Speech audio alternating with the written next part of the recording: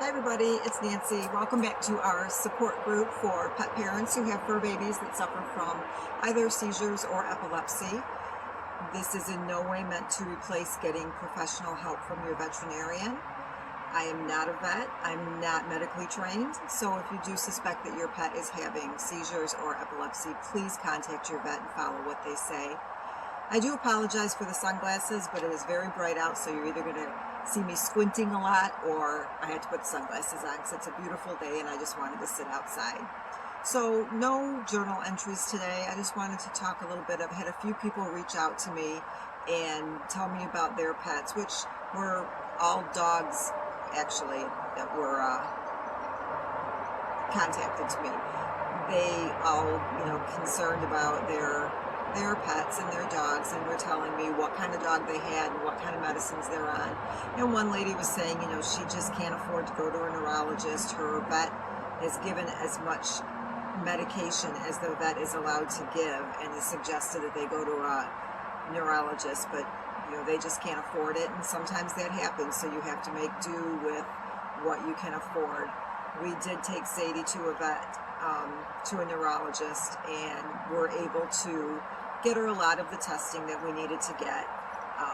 At the time I had pet insurance, and it was very helpful for a while until I learned that they have a cap on what they will reimburse you for epilepsy, and we would have hit that cap within a couple months of medication. So instead of paying the monthly fee for the insurance, I put that towards her meds, and that's just how it had to go. But it did help us out with a lot of the testing we had to have done for her.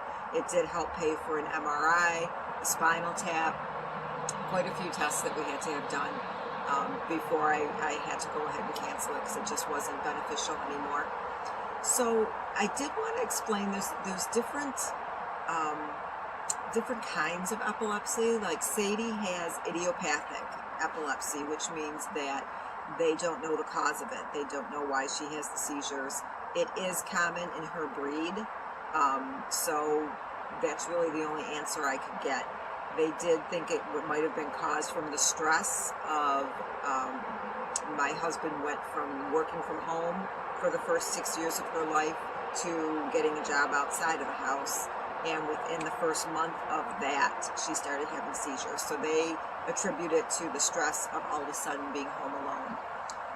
There are, just like every person is different, every pet is different. So things affect them differently. When we first started on this journey, I did a lot of research, and I went to the neurologist and asked, okay, so I heard that some of the flea and tick collars could cause seizures. And he said there's been no absolute studies proving that. But one of these pet parents that reached out to me recently said she started using a flea and tick collar on her dog, and within a few days her dog started having seizures. She took it off, and the dog has been fine ever since. There's just, every dog reacts differently.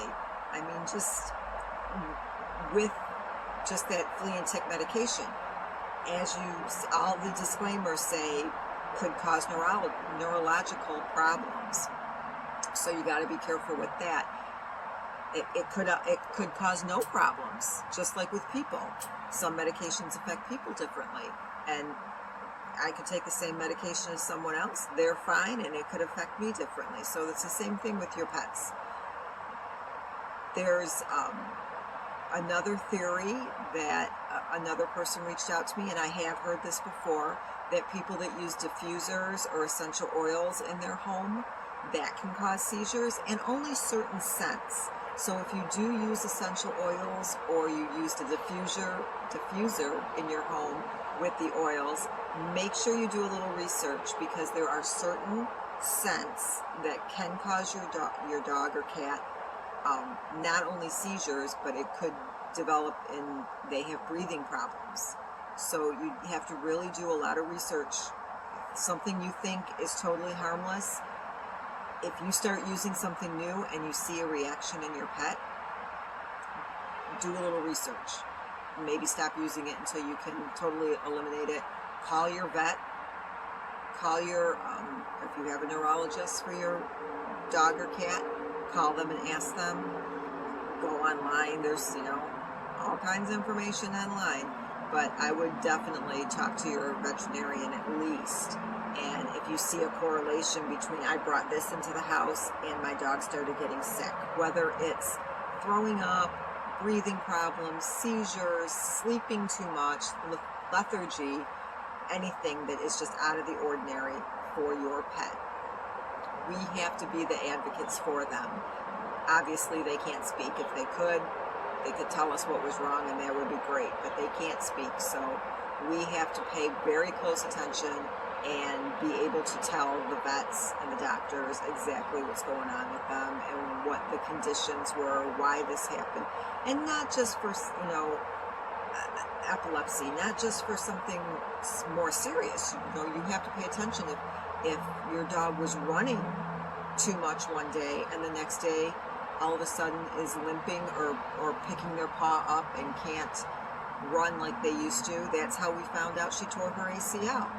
She used to chase the ball all the time, and she just turned a certain way, tweaked her leg, and was doing this kind of jackrabbit run where her back legs were not moving this way when she ran. They were just like this when she was running.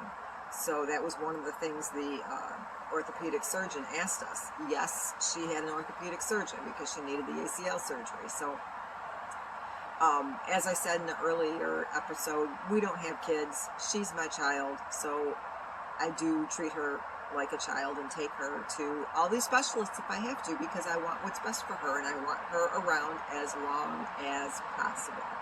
So just a little reminder, pay attention to what's going on with them. Pay attention if you change their food and all of a sudden they're sick. Pay attention if you brought a candle into the house that they don't like. I noticed I don't use the diffusers because I had heard all of this stuff and already she's, got problems, so I didn't want to use that. But I did have a very fragrant candle burning in the winter, and I noticed she started wheezing. So now I either light unscented candles or, I'll light it for a while and see if she can tolerate it. If she can't, it's got to go. So just a little reminder that you are your pet's advocate. Pay attention to everything that's going on, just like you would with your child, just like you could with any of your loved ones, and be able to give a detailed explanation to your veterinarian or your dog or cat's doctor, because the more information we give, the better they can help us and help our pets. So that's all for now. No journal entries today, no recounting her seizures, any of that. Just a little reminder. Get out, enjoy your beautiful days that you have. Take your dog for a walk. Take your cat outside if they're an outside cat. If not, keep your cats inside. I know I've had people lose their cats. But I also have friends that have outdoor cats and they live outdoors and don't want to come in. So obviously you know what to do with your own pet. So anyways, thanks for stopping by. If you like this support group and you want to be a part of it, please hit the subscribe buttons down below. Please leave any comments or questions, and please come back and see me again. I hope you have a wonderful day. Go smooch your pooch, pet your cat, just love on them, and I will see you next time. Thanks a lot. Take care, everyone. Have a great day. Bye-bye.